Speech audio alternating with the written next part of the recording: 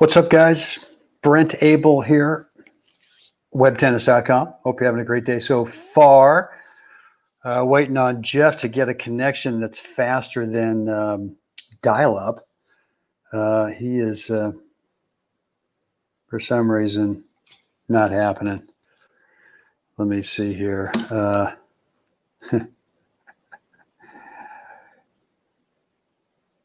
Jeffrey, I can't see your camera. I can't see your video.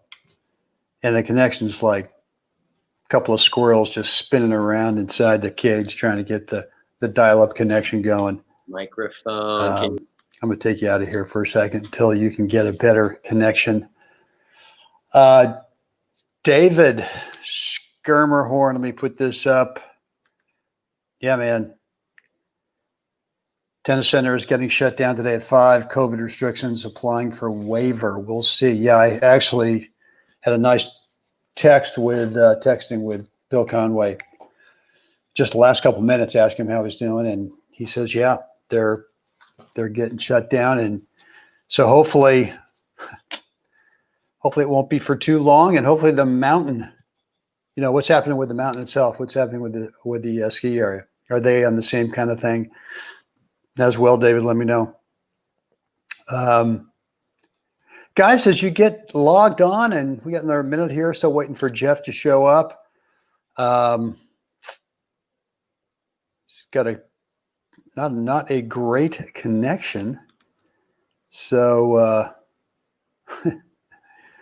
I think he's going to try to get back on. Let me go ahead and put this up for you guys so we know what we're working on today. Best decision I ever made for my tennis game back around 1981. I'm going to share that story with you guys.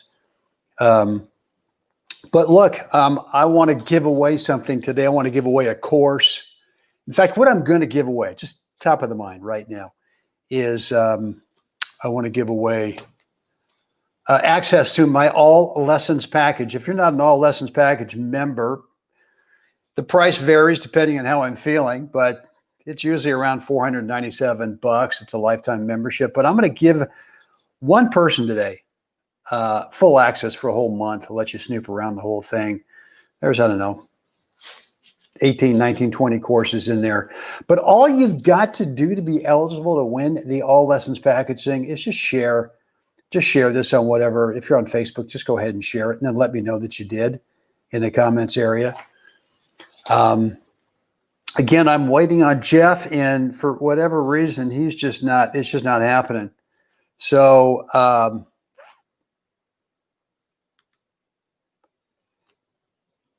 I saw Jeff bright and clear. Where was that? I don't see Jeff at all. I don't hear Jeff. I don't see Jeff.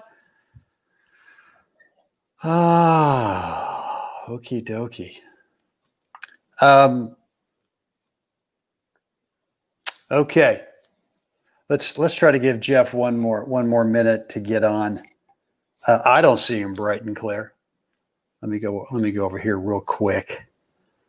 And let me see what I am seeing. Let me see what I am seeing.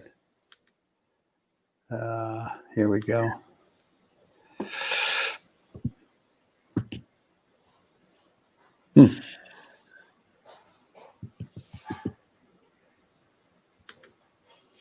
It's over at YouTube. I can see me. All right. I don't see you, Jeff. That's weird. I can't hear you. Now I see you. You got nothing on? Oh, wait. I see you on YouTube. You got a voice?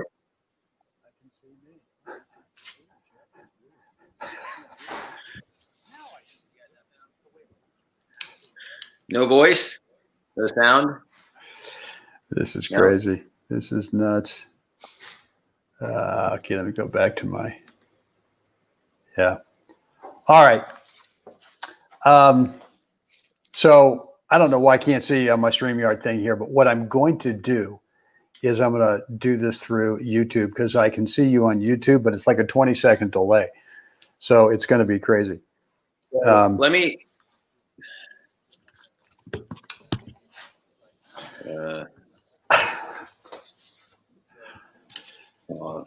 and try.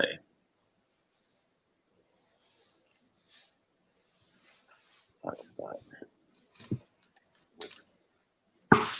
We're gonna get there. Good. Okay. Okay. Got it. Guys, as we're waiting for Jeff to try to get hooked up to this thing, and it may not work. I look. I know this is. Everyone can see Jeff. If you're on Facebook, if you're on YouTube, that's great. So I'm going to ask him to come back in. Guys, bear with me. I'm sorry. My apologies. One more minute. Let's just try to get this thing figured out. And in the meantime, let me know where you are today. Guys, that would be great. That would be a good start. We got Jim Hodge with us today. Cool. Rich. And so we got the same problem. For some reason, there's something going on. You know what? Let me do this, Jeff. I'm going to send you another invite and have you I really appreciate you guys hanging in there with me as we get this thing figured out. And hold on for a sec. I'm going to send Jeff a new invite. And here we go.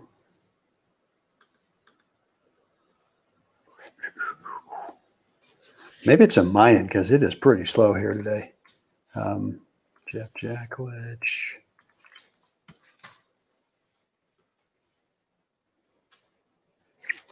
All right, Jeff just sent you a new invite.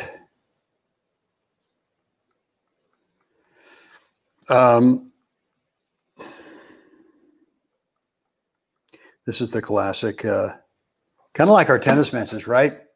Where we sometimes need a workaround for our tennis matches. Well, that's what Jeff and I are trying to figure out right now. So as I was saying, we got David Scribnerhorn, hey Rich, good, Jim Hodge, Rich, you and I are. Rich, I got some doubles set up for you down here on Sunday afternoon. Then you and I are hitting on Monday. Kevin, good to see you. All right. Susan, thanks for hanging out with us today. Wags, good for you. A little golf in the desert, pickleball. And so, guys, I'm going to get started. And in the meantime, I'm just going to kind of hope that we can get Jeff on here. And if not, hey, one of those times when it just didn't quite work out, that's okay. But I want to talk to you guys about two things today. Number one is about when do you not want to figure the game out on your own? And meaning, when do you not want to be a do-it-yourselfer? And then the other thing is, when do you want to figure it out on your own? You know, when do you have to actually spend some time sort of putting in the final piece to the puzzle in terms of who you are on the court, how you want to play, how you want to compete, how you want to learn the game. And there is a point in time when you have to be able to do that. So, Jeff, I got the same thing. Fine. You're on. I guess what I will do is look at it through YouTube at some point and see if it doesn't work that way. Anyway, let me share my story first. And can everybody hear me? Let me share my story first. And I just want to say, Jeff, I am over on YouTube. I do see you. So we are going to be we're going to be on a real delay. You and I are going to be on a delay. But let me go ahead and share my story first, and then Jeff, I'm going to have you chime in, and we'll see if this works. Yeah. So for me, I got hired at the Moraga Country Club back in 1978, and look, smoke and mirrors, right? I had no credibility at all, and so I didn't know much about how to play. I was really kind of back in the day, then we didn't have NTRP in 1978. This was, I shouldn't say I was hired in 1978. I was hired no, that's right. It was 1978. But we didn't have the NTRP. I was like, between a B minus and a C plus player. And all I could do at that age was kind of run around and do the classic, when you're in your 30s, your early 30s, what can we all do? Well, we can all run around. We've all got some wheels, right? But I didn't have any stroke technique. I was just listening to all the cliches I'd heard throughout the years, which back then was, the standard thing was, hey man, you got to turn, rack it back, step in, follow through. And that was about it. And so that's all I knew about how to play. Couldn't really break an egg. Was basically your run around rabbit. And some of that was because I didn't play much junior tennis. I was really, I played a ton of baseball as a kid, did not play much junior tennis. But again, like smoke and mirrors, I got this job at the Moraga Country Club back in 1978. A great job. I mean, an all-time great job. And yeah, tennis was starting to grow, not only in the country, but also in the Bay Area as well. And Moraga Country Club was still getting built out at that time in terms of, the residential part. So I'd never really had any coaching. And I was just basically a do-it-yourselfer. I was trying to figure out the game. I started playing some tournaments in like 1974. And again, B minus, C plus, I don't know what that equated to, NTRP. I don't know, what, 3.8, 4.0, 4.1, maybe. I don't know, something like that. But, and so I was going along trying to figure the game out, and I was playing a lot of tennis, and I wasn't getting any better. And so my first hire as an assistant pro at the Moraga Country Club was Doug King. And Kinger had just come off playing the tour. He played number 1 over at Cal and Berkeley for, he had a great college career. And then he went up and played the tour for a couple of years, decided that wasn't really the thing he wanted to do. And he came back Bay Area and was trying to figure out what it was he wanted to do.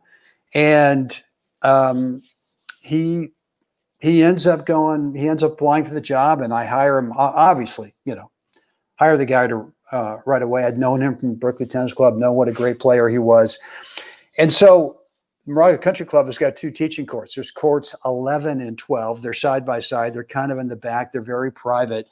And so what I was just observing, I didn't tell him how to teach because I knew I didn't know how to teach. So anyway, I was just observing him like for the first couple of weeks, and he sort of was talking about the game in a different way, a different language. And one thing I noticed in a couple of weeks is his students were getting better. Mine weren't. Mine were still the same. And so I finally went to him. I said, Kinger, after, I don't know, a couple of weeks, says, where do you get all this stuff? And he says, well, I go see Tom Stowe up in Napa. And Mr. Stowe was retired by then. And he was teaching 3 guys on a private court up in Napa Valley. Private court. Actually, it was a junior high school court. I think there were 4 courts, and he was teaching these 3 guys: Doug King, Steve Stefanke, and John Hubble. All 3 of these guys were in the top 5 in NorCal at the time. Not age group. These guys were all in the top 5 of the men's open. And so I'd known Mr. Stowe a little bit when I was at the Berkeley Tennis Club growing up. He was the head pro manager there when I was growing up as a kid. But again, I didn't play much tennis, so I never took any lessons. And so I finally came to this thing, which was, God, maybe, just maybe I should stop trying to figure the game out on my own. And just maybe I should see if I can't beg my way into this group. I had no business being in that group with those 3 guys. They were all in the top 5 in NorCal, and I was like, 382. I don't know. And so I called up Mr. Stowe and, just absolutely begged my way in. And he sort of took pity on me. He said, fine. And so one of the things that I got from him right in the beginning was that there's a set of fundamentals that you're going to have to buy into. And if you don't, that's okay, but it's not going to work. It's just not going to work. And so I worked for a couple months with him on these fundamentals. And yet I looked at the other 3 guys, and they all looked a little bit different in terms of their playing styles. And I remember one day just kind of going to him and I say, well, I don't quite get, I see some of the fundamentals in them, but they all have a little bit, Kinger's more of a kind of a baseliner, and Stefanski was kind of more of, he wanted to play more serve and volley, and, Hubs was whatever he was doing. And I'll never forget the day when Tom told me, he said, look, every player that he said that he works with, they have to have this set of fundamentals. But then what he encouraged everyone to do is, then I want you to take your unique personality and I want you to lay it down on top of those fundamentals. And so the message I got was that, number one, you were smart, Brent, to stop trying to figure the game out on your own way back when, because you weren't going anywhere. And you eventually got with someone who obviously had some huge credibility, enormous credibility. And you gave yourself up to him, but then he told you the rest of the puzzle here is you got to put your own unique personality down. And that's when you got to figure out, well, who do you want to be on the court? You've got this group, you've got this set of fundamentals. Who do you want to be? And the time for me in my early 30s, just athletically and just mindset, mind wise, I was more of, well, I want to play serve and volley. I want to chip and charge. I want to look at every potential ball after I hit a return to serve, if I can't come in, as an approach shot opportunity. And that's the way I played. And eventually, and it worked. It worked. And I guess the message today, and I'm going to turn this over to Jeff and hope he's not been talking the whole time, because I can't see him right now. But I'm now going to go over to YouTube and then kind of listen in there. But the message I got from Mr. Stowe is that, number one, stop trying to figure the game out on your own now until you get this set of fundamentals. And then number two, once you get them, and look, you're not going to know that you've got them until whoever you're working with, whether for me it was Tom Stowe, whether it's with Jeff Jacklich, whether it's with whoever it is, find somebody that's got credibility, that understands. And Mr. Stowe understood not only technique and tactics and strategies. I mean, he played at a high level himself. He won the NCAA doubles darn near 100 years ago. But find that guy or that gal who understands the reality of, and most of the players that we've got here are senior players, that understands what are the true fundamentals. And the fundamentals are just not the windshield wiper forehand. The fundamentals are, balance and posture and racket prep and spacing and your ideal point of contact and court positioning and shot choice and all that kind of stuff. Once you understand those, then go ahead and now figure out what is your unique personality that you want to lay on top of those fundamentals. So with that said, Jeff, I'm going to somehow turn it over to you. All right. So here we are. Sorry about the scruff today. First you wake up in the morning at the beach and you don't shave. That's just the way it happens. It's a rule, I think, in Northern California. You wake up at the beach, you don't shave. Anyway, good morning, everybody. For me, my brief history, some of you know, Mark Wagner, he knows, we go back to junior college days and beyond. And even before that, junior, I think Wags, we actually played the Northwest juniors up in Pacific Northwest in Tacoma, Washington, Fox Island, and a few others. I think we were all traveling up there, if you remember. Jeff Edwards was in that crew. Anyway, so my coaching history in terms of who coached me, first primary was Giuseppe Camarado at Silverado in Napa, who is a Stowe disciple, direct Stowe disciple. So I'm kind of a Stowe disciple once removed.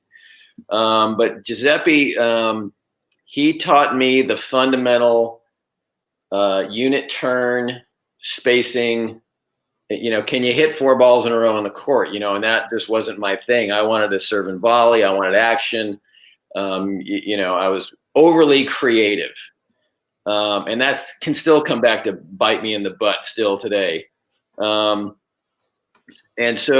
he gave me that, and it was the hardest thing to do because he literally had to rip my personality from me and say, you're just going to do this. And it was just painful. But I I managed to get through that. And through that fundamental, through those basic fundamentals of learning that, I wasn't a fantastic junior player. I played, the NorCal juniors, never had a high ranking. I think my highest ranking was like 40th in the 18, so it's nothing to write home to mother about. But there was a lot of potential there, and so next after that, I made the decision to not try to go to a 4-year school. I went to Kenyatta Junior College under Rich Anderson, legendary NorCal coach.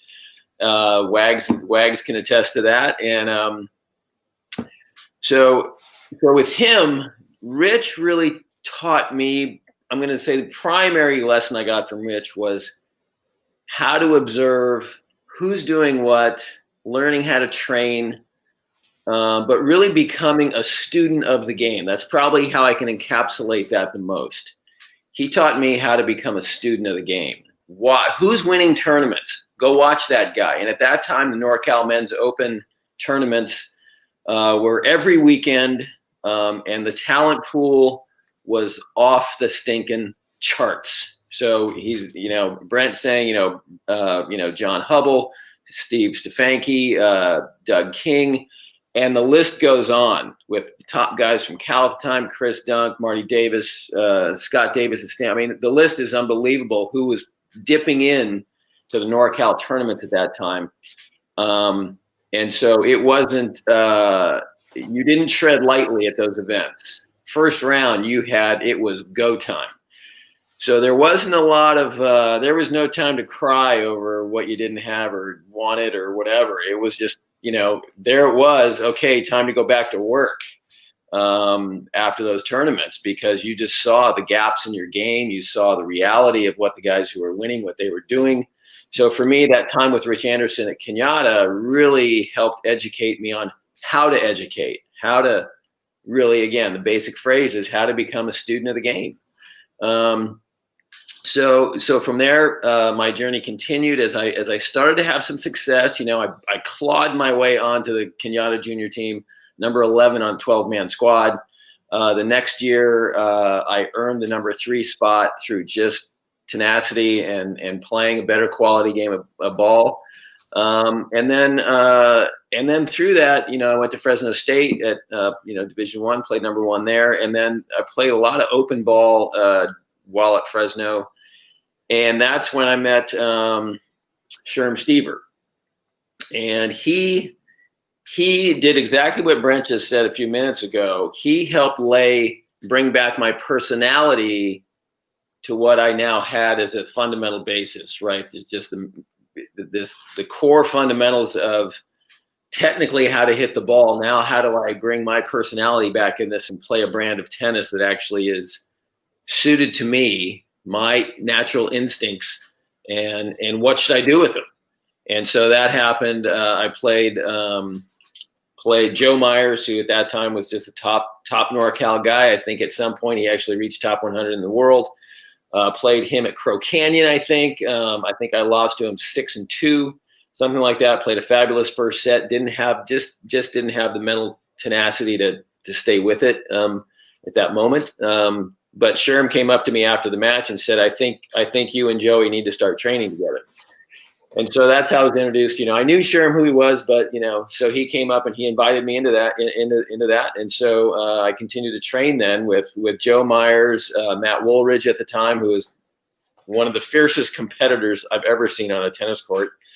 And so that process for me established those elements of the game at the proper time. So for me, I'm considered, I'm a late bloomer, but through that process, I also hit the point where in those open tournaments, I think my first summer when everything started to click, I didn't have anything less than a quarterfinal finish. And I think I went from 0 ranking, and I think I was like number 17 in NorCal in the men's open, which if, Mark Wagner on the group call today will know that's no minor achievement, going from 0 to 17 in the rankings there at that time. And then I think the following year, I think I was top 10 and that. And so today what we're getting at here is that you have to find somebody who resonates with you. You feel you can talk to them openly. that understands who you are, that can get to know you, who you are as a person, the way you kind of think. They must have some experience on the playing court. They must have some experience with who you are now as a senior player. I don't play the same game that I played when I was 24 years old. I don't hit a serve at 115, 120 anymore. Man, would it be great if I did? It would make my matches like so much easier. But that's just not the case now. So I have to play a slightly, a different brand of tennis than I did when I was 24 years old. I can still incorporate a lot of the elements that, I trained so hard to master, but my brand of tennis now has evolved into a much more all-court game rather than just, just bang a serve, launch a rocket, hit the Scud missile serve, and then come in and Spider-Man the volley. We're done. That was the basic game plan, and it worked really well. And then I spent just a boatload of time. Sherm and I spent a boatload of time on my return to serve game. And that is part of the game that we just don't spend enough time on. And I'm guilty of it too with my students. I'd even say that we don't spend enough time on that. And it is something that, moving forward, Rich Krinks, who's on the call today, we spent probably a solid half hour on it last week. We didn't get to it yesterday, but we spent a good solid half hour, and we're going to spend more time on that because it is an element of the game that can literally just transform the energy and the emotion and just take the wind out of your opponent's sails. So with that said, I think, when is it time to DIY? You have to have somebody who can kind of strip away your preconceived notions about how the game is played. And then you have to allow them to guide you what to pay attention to. And then it's DIY. Then you're on the court playing your practice sets, playing your tournament sets, looking through the proper lens to understand what the heck is going on, and not thinking in your head, I'm trying to hit my backhand like Roger Federer while I'm trying to deal with the number 2 seed, while I'm trying to figure out, well, isn't this the way Rafa constructs a point? Guess what, folks? I'm 60. I admit it freely. I don't construct points like Rafa. It's ridiculous to even think that that's like a good plan. So what Brent and I want to get at today is just that idea that, you've got to find somebody who first has a mastery of not only the physical game, but they understand how to play the game. And they have played the game, and they've put their name and reputation on the line, and they can transfer that knowledge, knowing who you are, how old you are, understanding any physical limitations you might have. And then from that package, how do we improve the things? What's tangible? What's controllable? Now, what can we work on with what you have that can actually create more wins? I'm going to say Rich right now is really kind of on this bubble of really starting to, he has a new, he's done a great job. I was in Vegas. He was in Vegas when playing the national event there last week, and I watched his second match, and we had dinner the night before. So it was really great that I watched him actually pay attention to what we had talked about, and he literally came up with the game plan and figured it out and beat this guy 4-4, and it was a very good win. And then he, we hit yesterday and we trained yesterday, and then he had a doubles match last night. And on my drive down here to Aptos last night, I don't know what time it was, maybe 8 o'clock, he calls and he's telling me like, oh my gosh, we did this work today, and it was something he's able now to really get his mind in the right place to observe what the reality of what's going on in a match. And that skill is just going to get better. So that's what I'm getting at, is that Rich is having the experience now of understanding, trusting me, trusting Brent to lead him down a path. And now, Rich, how long we've been working? About a year and a half now, maybe, or a year, maybe about a year. And just now, we're not that we weren't getting work done before, but it takes time to finally be able to kind of relax into that mindset that it's not the end of the world when you miss a point. It's okay to make mistakes, but what kind of mistake was it? How do I tangibly take that information now and transform it into wisdom? So there's a start there, Brenny. Okay, I'll let you jump in now.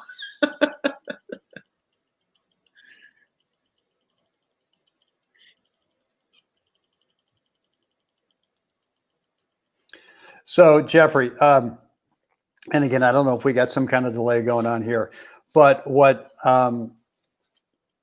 what you say is so true in terms of trying to find that one person that really's got credibility as a player too. So I think there are a lot of coaches out there that say, well, but you don't have to be a player to be a great coach. And at some point, I believe you got to find someone who's actually played the game, who understands that intangible part of becoming a better player, which is what, I mean, the whole thing that we're talking about here is that last missing piece of the puzzle is when you go ahead and you do become a DIYer, where you do figure it out on your own. And no one can coach you through that. You do have to have a coach who's going to be able to articulate that part of it in such a way that you go, okay, as long as I've got the fundamentals, then at some point I need to figure out the rest. And I remember working with Mr. Stowe, and I'd be so excited after 3 hours every Wednesday morning with him. I'd be just totally pumped. I'd go back to Berkeley Tennis Club. And so for the next week, for a while, I just didn't get it. I mean, I was launching balls all over the zip code. And so Bill Crosby, who used to be a former assistant of Tom's and in his own right was a great doubles player, he and Bobby Perez were one or two in the country at some point in the early 60s. But I remember him walking by me one day, and he just said, look, you're doing the work, and he sort of gave me the same message, which is just kind of keep doing the work and figure out who you want to be in the court. And he kind of gave me permission to get away from all of the Stowe stuff that I'd learned, and thinking that, oh my God, I mean, I've just got to be a Stowe, complete another Stowe fundamental guy, which was, he kept saying, you've got the Stowe stuff, but who do you want to be in the court? How do you want to use it? And so I think the other thing that, Jeff, you and I have been talking about recently too, is all the clickbait out there, and that it's so easy to get distracted in this day and age. And, you guys, gals, you've got to be careful that you don't keep looking for that next little golden nugget out there that you think is going to be the thing where you don't have to go through that last piece of the puzzle, which is figure it out on your own. No one is going to give that to you. You can only do it yourself, but you got to have the foundation already set. And the only person to give you that foundation is the right kind of coach. So this is so weird, man, because I see you over there responding to something I said 7 or 8 seconds ago. And it's Rain Man. I'm answering the question for 3 days. Jeff, I'm going to throw it back to you. So, and I think that, what Brenny, you just said is right there, that the one of the major factors about the right coach for the right player is guiding you what to pay attention to and when. At some point in the training, you have to be able to put your ego and pride aside. You have to be able to put the score, winning a practice set, off to the side. And you have to be able to focus on, okay, I'm focused on trying to create these patterns today. I'm focused on making every return today. What would happen in a set if I just made every return? I can tell you, just to do that in a practice set takes a tremendous amount of focus and mental acuity to pay attention to that one item, much less trying to construct the point after that. But I will tell you this, is that when you focus and narrow into that kind of pinpoint accuracy, your what happens next in the point kind of becomes a little more obvious what to do next. I know I won Vegas last year primarily on the shoulders of my return to serve. My forehand, if anybody, anybody who has listened to last week's talk, right, my forehand took a walkabout, and I just had to reconstruct, like, okay, that's not the end of the world. How else am I going to get through this? And the return to serve is something that I have been paying attention to really the last couple months in my practice sets. And so I just made a tremendous focus that every return was important. I was going to put every return, not just back in play, but if they gave me a second serve, I was going to make the guy pay for it. And that didn't mean I was spanking winners off the side of the court. It meant that I was hitting the ball a little heavier, a little deeper in the court, and making him have to rush as he came out of his service motion. And I can tell you this, my semifinal match, when we finished the match, the guy said, I'm exhausted because almost every service game, I got up love 30. So he was serving every service game after the first 2 points at love 30. I didn't break him every time, but I broke him. It was 2 and 3. So that kind of pressure, right, helped alleviate my problem on my forehand side a little bit because I knew I was on top of him every time on the return to serve. And I did that with the quarters, semis, and finals. So it's what elements are controllable with the skill sets that you have. A good coach should be able to look at you and say, wow, you know what? You're really good at this. And maybe it's something that you're not aware of, that you're good at it. Or it's an element that you're good at it, but you've never really thought about, I really don't know how to take this element and create and construct a point with it where it benefits me, where it's an integral part of what you do in your point construction. And that's really, critical. The other thing is that, we talk about, again, getting the right coach. Yeah, you don't have to be a great player to be a great coach. There's lots of great coaches out there who weren't great players. But they must understand that there is a difference between coaching a 20-year-old, coaching a 12-year-old, a 14-year-old, a 17-year-old, a 20-year-old, 24-year-old. They're different. And so I imagine, I'm just guessing on this one, that coaching a 50-year-old, a 60-year-old, a 70-year-old who's trying to get into this avenue of playing national tournaments in their age group, that's a different animal. And it takes somebody who understands they're dealing with tangible restrictions. Somebody had a shoulder injury. They've got mobility issues. They've got a restricted range of motion. Could be hip flex, could be anything. And if the coach you're working with isn't taking those things into consideration and is just hammering at you, oh, we have to roll your grip a little bit and we have to blah, blah, blah, put your rackets in your bag and run as fast as you can away from that court. You are wasting your time and you are wasting your money. You've got to find somebody who tangibly can look at you and say, all right, here are all the elements. And that takes time.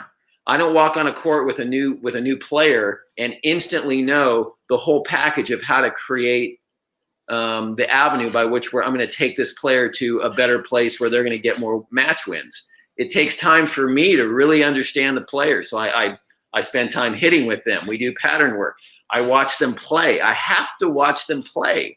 So I bring in other players to play new students. So I can sit there for an hour, hour and a half.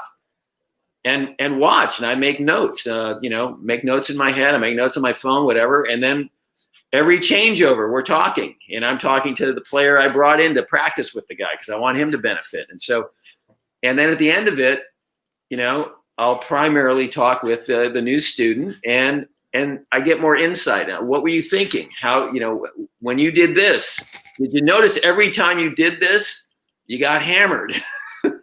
Or did you notice every time you did this, he gave you this ball back and you never took advantage of it? And that was the ball that you should be looking for. And you're blind to it. You're not seeing the opportunity that ball is creating.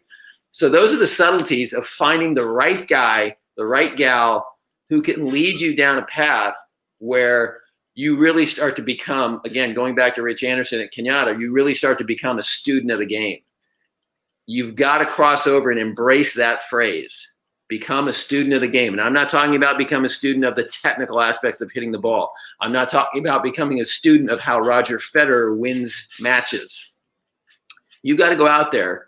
If you've never played a senior event, and there's one that happens, and I know right now everything's canceled, but if you can get out there and go to a local tournament that's within even, let's say, an hour drive, invest the time. Go watch a senior event, the 50s, the 60s, the 70s. Go see who's seated. Go to the front desk. Where is, Tom Jones playing? He's the number 2 seed. Where's he playing? Who is that guy? What's he doing? Why does he win? That's the guy you should be watching. Federer's, he's a god. The guy's the Baryshnikov of tennis. I love watching Federer hit a ball. It's beautiful. But you know what? There's some things that are applicable, some things that are not. Find the right guy. Find the right gal. Anyway, there's part of my rant, okay?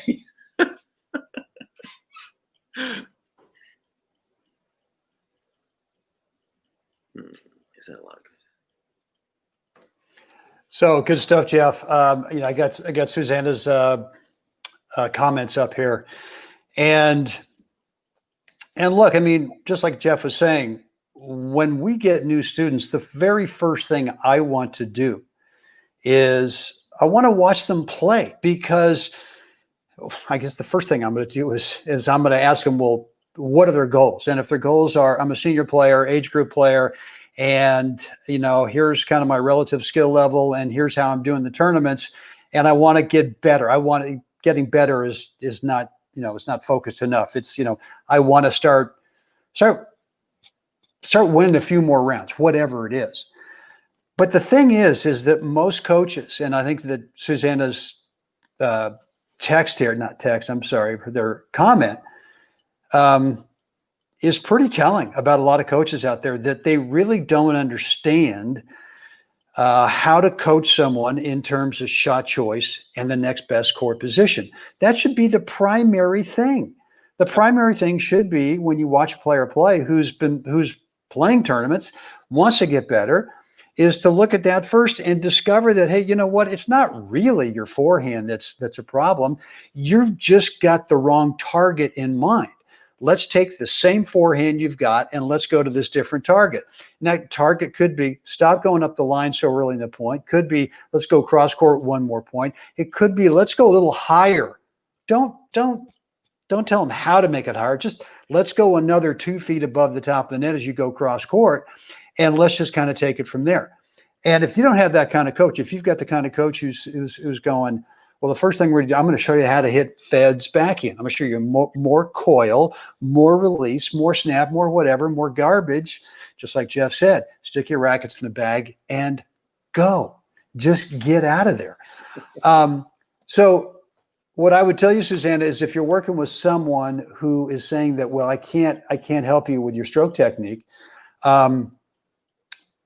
I guess that's okay if after they've seen you play, they might go, everything's fine. We just need to change your shot choice. We need to change your court position. We need to change your awareness of when to take advantage, because you're creating, as Jeff was saying, you're creating lots of offensive opportunities, but you're not getting on them soon enough. You're not actually taking time away.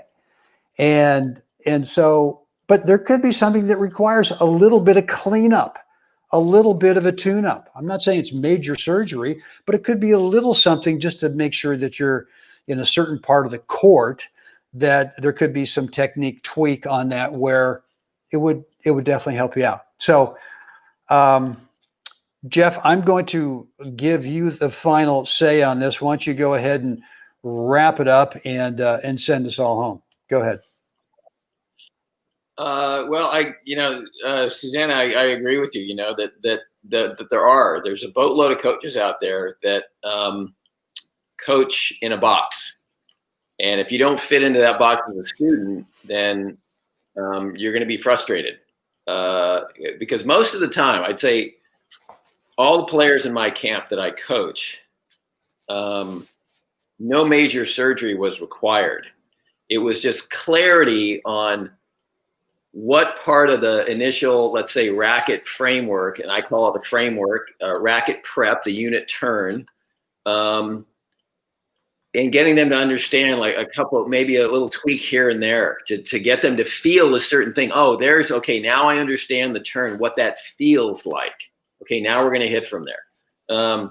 So I'd say all of my students, there's no major surgery on any of them, but there was a paring away and a little tweaking of the absolute fundamentals of what do you look like, what does it feel like, and what does it look like to be prepped when the ball's being contacted by your opponent?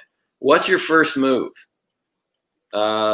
Spacing, footwork, all those things are the absolute fundamentals. And those are the things that I spend a lot of time with. It's like, if your forehand's not available when it's time to hit the ball, it's irrelevant what forehand technique you're using. It's absolutely irrelevant what it is whether it's a windshield wiper forehand or straight in, straight back. It's irrelevant if it hasn't been prepped in time, which means my footwork didn't work right, and I'm definitely not going to have proper spacing. But time and time again, I watch players come out of those situations and they think they have a technical problem with their strokes, with their swing path. And I look at it and I go, no, there's no problem with your swing path, but you've got the order of ingredients. You got these things in the wrong order. So we're going to clean up the order by which you use these basic 4 fundamentals. And that's transformative.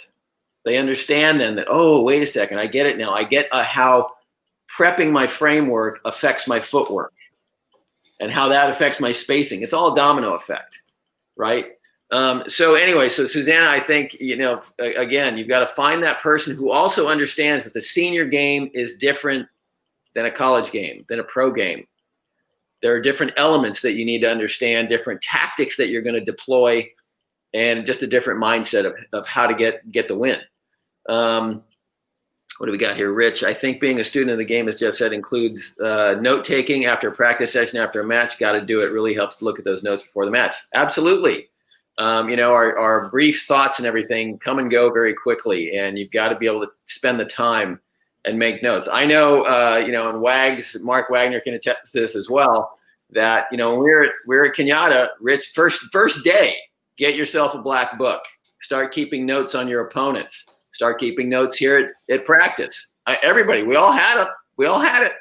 And I can't tell you the benefit of being able to go back and just listen to these basic, keys to the kingdom. They weren't tips. Let's be clear on that either. If you have the right coach, he's not going to flood you with, here's the tip of the day. I don't coach tips. I coach what's going to let's get in here. We're going to get dirty. We're going to get some grass stains on our knees, and we're going to have to get in here and muck around a little bit and get some work done. Anyway, I want to go back really quick here too on Wags, his comment. NorCal Open in the 70s and 80s had 100 guys who could kick your ass, plus 10 to 20 top college players floating through the draws. Top 17 to top 17 is very good. Yeah, I mean, that's exactly right. I mean, that's what I said when round 1 at any one of the major NorCal Opens, from Mountain View to Berkeley to I don't know. I mean, was brutal. You better show up, guns loaded, because it was just a bloodbath. Anyway, I hope this made sense to everybody today. Find a coach. And, I wrote down a question as Brent and I were talking the other day. Here's a question, right, that you have to be able to answer, and your coach needs to be able to answer. If I come to Brent, here's my question. Can you help me win more matches with what I have? And if they can't see a pathway, you really got to look at who you're talking to and kind of go, this is interesting. Maybe this isn't the right guy or the right gal for me. Anyway, There you go. Hope I know it's kind of weird today not being able to have the banter back and forth with Brenny, but anyway, hope everybody got something out of it today.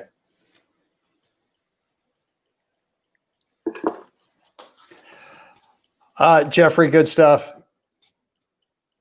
Great stuff as always. Jeff, love it.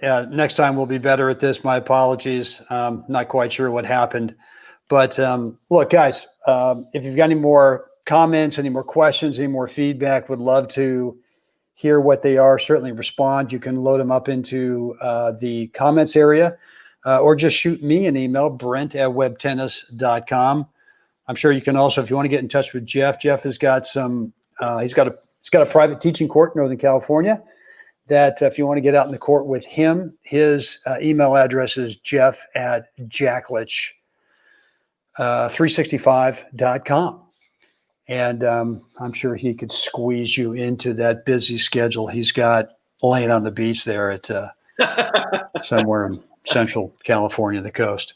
Anyway, guys, listen, thanks for hanging out with us today. And as always, got to get out there today. Help someone else have a spectacular day. Can't wait. Do it again.